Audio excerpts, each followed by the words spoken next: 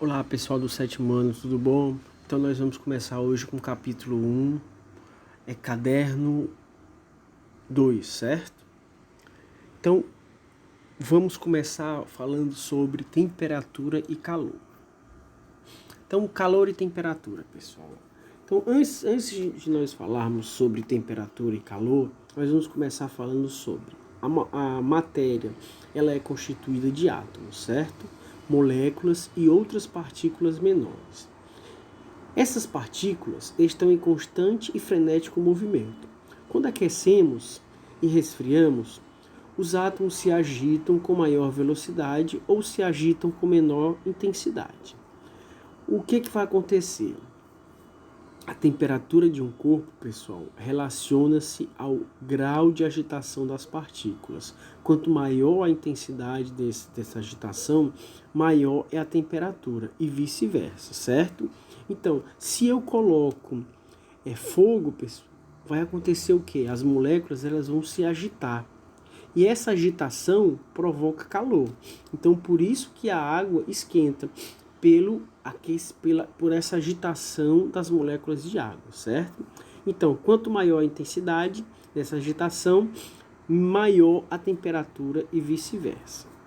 Quando dois corpos com diferentes temperaturas são colocados em contato, eles trocam energia. O corpo mais quente cede energia ao corpo mais frio. Isso aí, pessoal, é um exemplo de que se eu coloco água para ferver e quando a água estiver fervendo, eu coloco uma colher dentro. O que acontece com a colher depois? Ela não vai esquentar? Então, é exatamente isso que ele falou. O corpo mais quente, no caso a água, ela vai ceder energia ao corpo mais frio. Então, a água vai ceder energia que foi proporcionada pelo fogo. Então, quando eu coloco o fogo ali, eu estou colocando energia nessa água. Então, ela vai passar essa energia para a colher e a colher vai acontecer o quê? Mesma coisa que aconteceu com a água. As moléculas delas vão se agitar, certo? E ao agitar, ela vai ficar aquecida. Então vai aquecer a colher, certo? E aí quando eu for pegar ela de novo, eu vou queimar a mão, porque ela vai estar muito quente. Então o que seria calor? É a quantidade de energia transferida de um corpo para outro. Há entre eles uma diferença de temperatura, ok? Então você vai ter o quê? Uma diferença de temperatura entre a colher e a água. Aí só depois de um tempo vocês vão ter o quê? A água e a colher vai ter uma temperatura bem aproximada. Mas mesmo assim você ainda vai ver um pouco de diferença. Prosseguindo. Medidas de temperatura. Então, para medirmos a temperatura, usamos os termômetros, que são baseados em diferentes princípios. Então, os mais comuns têm o líquido termométrico. Então, substância cuja dilatação é facilmente observável. O mercúrio e o etanol eram mais usados, mas o mercúrio foi o escolhido, pois não deixa resíduos quando se comprime, mas traz riscos à saúde. Então, o etanol, pessoal, ele é como se ele deixasse pequenas gotículas, como eles usam também com a água. Então, a água e o etanol, elas deixavam resíduos na parede do vidro. Então, quando a temperatura baixava, ela ficava resíduos. Então, aí era mais complicado, certo? Medir a temperatura. Já o mercúrio, ele ainda é utilizado em alguns termômetros, mas ele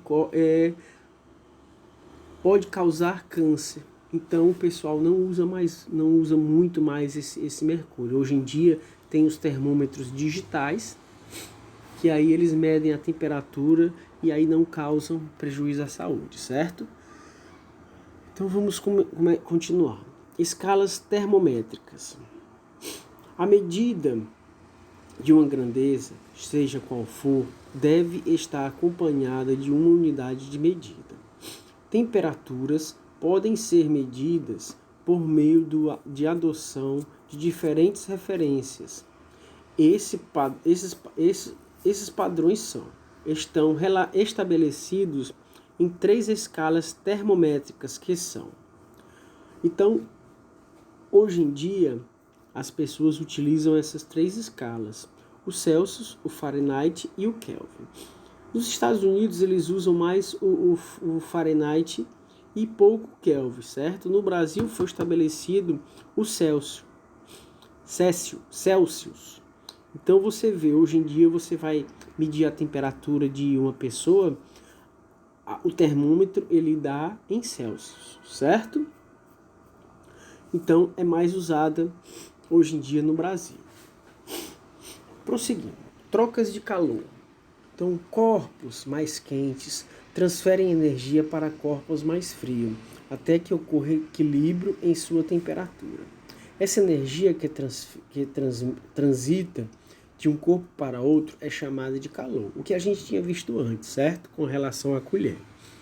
As trocas de calor podem produzir 2 efeitos nos corpos, como alteração no estado de agitação das partículas, então calor sensível, ou mudança de estados físicos a calor latente, certo? Ambas dependem da massa do corpo. Quanto maior a massa, maior a quantidade de energia necessária para mudar o estado físico de uma substância ou modificar a temperatura dela. Muito simples. Se eu pego um panelão de água e boto para ferver, ele vai demorar muito mais para ferver do que se eu pego um dedo de água, certo? Então as moléculas, elas vão demorar muito mais a ganhar essa energia, a se agitarem, consequentemente ferver. Então, prosseguindo, a quantidade de calor é medida usando a seguinte forma. Então, para você calcular a quantidade de calor, pessoal, você vai utilizar essa fórmula, que é igual a M vezes C vezes ΔT. Então, o que seria esse Q? A quantidade de calor. O ΔT seria a troca por um corpo que varia sua temperatura, então é a variação da temperatura do corpo. O M seria a massa e o C seria o calor específico, ok? Eu coloquei um exemplo aqui para vocês, pessoal, para vocês tentarem fazer. Gostaria que vocês pausassem o vídeo agora e tentassem fazer. Logo depois vai ter a resposta, mas eu gostaria que vocês tentassem fazer sem olhar a resposta, certo? Eu vou explicar daqui a pouco, para vocês tentarem fazer sem verem a resposta. Então, o que teria aqui? Ó? Eu vou falar para vocês. Ó. Considere uma amostra contendo 200 gramas de água cuja temperatura inicial é 20 graus Celsius. Para aquecer essa água até 50 graus, quanta energia deverá ser transferida sobre a forma de calor? Então, observem, pessoal, o que eu tenho que fazer aqui. Então, primeiro vocês têm que tirar os dados. Saibam que dados eu vou ter, o que seria cada número, cada valor aí, o que seria, certo? Depois vocês colocariam esses dados que vocês tiraram na fórmula e aí faria o cálculo, certo? Então eu gostaria que vocês pausassem, dessem um tempinho aí, tentassem fazer e vocês logo a gente corrige já, certo?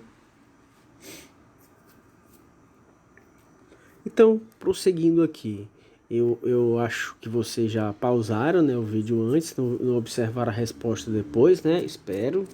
Então vamos à resposta. Ficaria o quê? Tirando os dados, a massa seria 200 gramas, o C seria um cal, então 1 caloria por grama, certo? E o ΔT seria o quê? 50 menos 20. Por que 50 menos 20, pessoal? Porque seria o valor final menos o valor inicial. Então, qual seria o valor final? valor final, pessoal, seria esse 50 graus, tá? Então, 50 graus, pessoal, seria o valor final. E o valor inicial seria esse de 20 graus Celsius. Então, ficaria como? Eu substituiria na fórmula e ficaria Q é igual a 200, então o M seria 200, o C seria 1 e o ΔT seria 30, que seria a diferença de 50 menos 20, ok? Então daria o Q, que seria o quociente, certo? Daria o quê?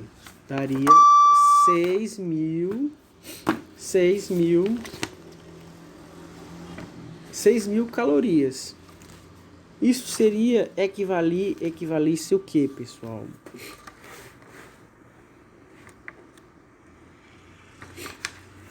Hein? Então, ou você pode transferir só com 6 quilocalorias, certo? Então, seria o que ele estaria pedindo ali, ó. Então, se vocês observarem, considere uma amostra contendo 200 gramas de água, cuja temperatura inicial é 20 graus, para aquecer essa água até 50 graus, quanto energia deverá ser transferida sobre a forma de calor. Então, a quantidade de energia, certo? Que nós vemos ali, ó. Quantidade de energia, quantidade de calor, certo? Então, seria 6 quilocalorias, ou 6.000 calorias, ok? A quarta, dilatação térmica, pessoal. Quanto maior a temperatura, maior a agitação das partículas. Nós já vimos também isso. Então, que passa a se distanciar mais uma das outras. Essa é a origem da dilatação. O que isso quer dizer, pessoal? Vamos dar um exemplo. Eu coloco uma garrafa no congelador e aí essa garrafa começa a... eu coloco ela no fogo. Funciona também com o congelador, ok? Mas eu vou colocar ali no fogo. Ela vai expandir. Então, a água, quando é aquecida, as moléculas elas vão se separar e elas vão expandir. Na geladeira também, se você colocar a garrafa no freezer, ela vai também fazer isso, certo? Mas daqui a pouco a gente vai falar sobre isso, ó. O próximo item. Quanto menor a temperatura, a distância entre as partículas também fica menor, ocorrendo então a contração. Então, se você for observar, no caso da água, ela não entraria nessa contração, mas existem algumas outras substâncias, por exemplo, o ferro, que ele, quando é esfriado, ele vai se contrair, ou seja, ele vai ficar menor do que era, certo? Quando ele é aquecido, ele vai expandir. No caso da água, ela vai ocorrer o quê? A expansão tanto no aquecimento quanto no resfriamento, certo? Então, nos elementos sólidos, dilatação e contração podem ocorrer nas 3 dimensões. Então, o que eu falei agora do ferro: comprimento, dilatação linear; área, dilatação superficial; e volume, dilatação volumétrica, ok? Então, foi exatamente o exemplo que eu dei antes do ferro. Todos os materiais sofrem dilatação nas 3 dimensões ou no volume. Então, mas nem todas as substâncias apresentam o mesmo comportamento. Exemplo da água ali, ó. A água, quando aquecida a partir de 0 graus, ela se contrai, mas após 4 graus Celsius, comporta-se como os demais líquidos, se dilatando conforme o aumento da temperatura, certo?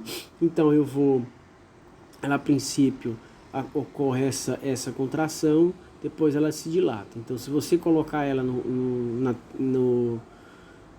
no fogo, ela vai contrair, depois ela vai se dilatar. No congelador, a mesma coisa, certo? Então, pessoal, isso é só. Eu vou passar os exercícios depois para vocês fazerem. Então, espero que vocês tenham entendido. Qualquer coisa, voltem o vídeo, vejam de novo, estudem, olhem no livro, pesquise, dê uma lida no livro e compare com o vídeo, certo? Então, vocês vão... Obviamente, não tem essa parte... Leiam o livro, que vocês vão ver partes ali, eu fiz um resumo, então vocês vão ver partes mais detalhadas, mas que você dá para acompanhar no livro e no vídeo, ok? Então vou passar depois a agenda para vocês. Espero que vocês tenham entendido. Qualquer coisa a gente tira dúvida na terça-feira. Um abraço para vocês e tudo de bom.